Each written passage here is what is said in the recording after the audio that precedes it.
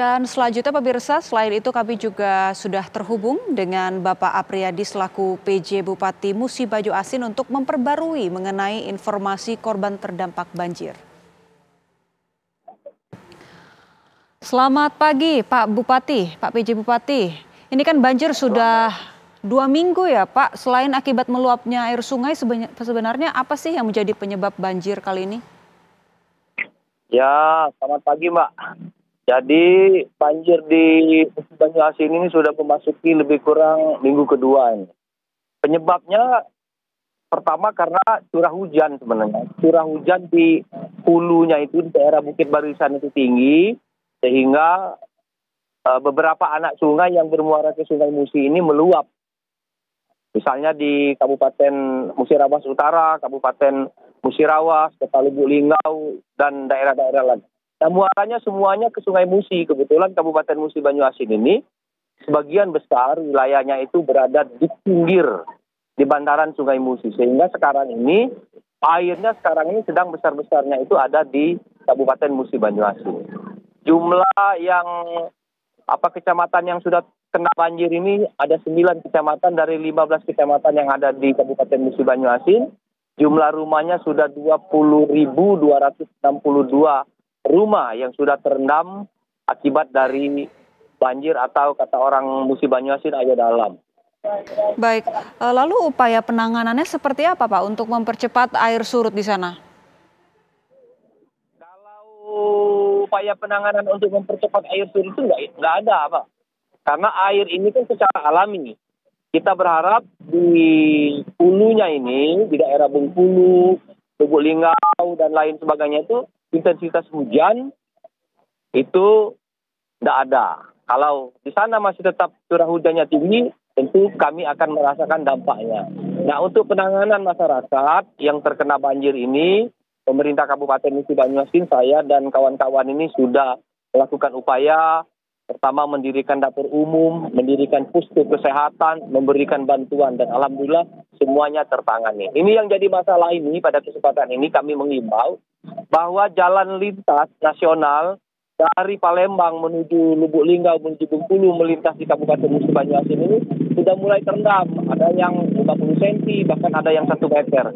Oleh karena itu, kami mengimbau kepada masyarakat pengguna jalan untuk sementaranya menghindari dulu. Kalau mau berangkat ke Bengkulu, ke Padang, melewati lintas tengah ini supaya jangan dulu melewati jalan-jalan yang ada di Kabupaten Musi Banyu Asin, karena memang jalannya sedang digenangi air.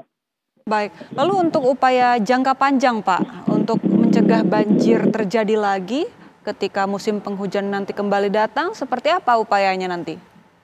Ya, kalau di Kabupaten Musi Banyu Asin ini kita menghimbau masyarakat, terutama yang di bantaran Sungai Musi ini, kalaupun masih mau menetap di pinggir sungai ini, kita kearifan lokalnya agar membangun rumahnya tinggi. Atau kita mulai melakukan relokasi untuk penanganan penduduknya. Tapi untuk penanganan airnya, kita berharap dari pemerintah pusat ada program rehabilitasi.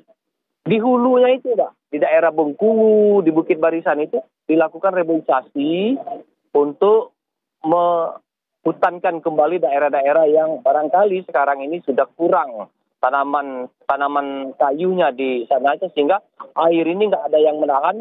Begitu hujan, semuanya turun ke sungai. Baik, lalu untuk koordinasi dengan pemerintah pusat sendiri Pak, untuk rencana penanganan di wilayah hulu tersebut, seperti apa sejauh ini update-nya?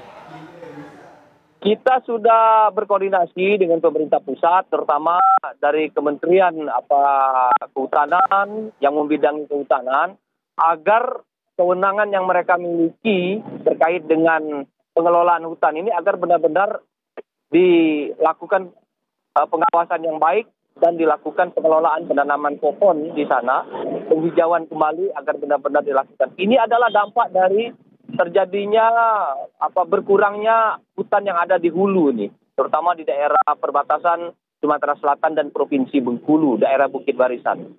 Baik, tadi bicara soal warga yang tinggal di bantaran sungai ini kan masih cukup banyak, dan imbauan dari pemerintah sebenarnya warga diminta untuk direlokasi. Nah, respons warga seperti apa Pak?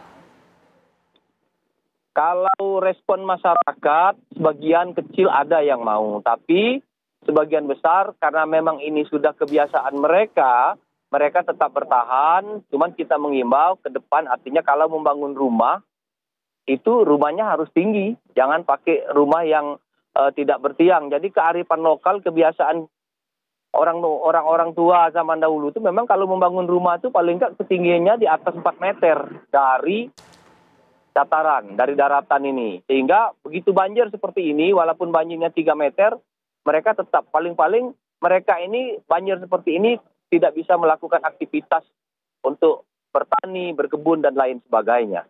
Baik, terima kasih Bapak Apriyadi selaku PJ Bupati Musi Bajo Asin, Sumatera Selatan. Kita harapkan penanganan banjir ini bisa lebih sigap agar warga yang terdampak juga tidak semakin menderita akibat banjir ini. Terima kasih Bapak.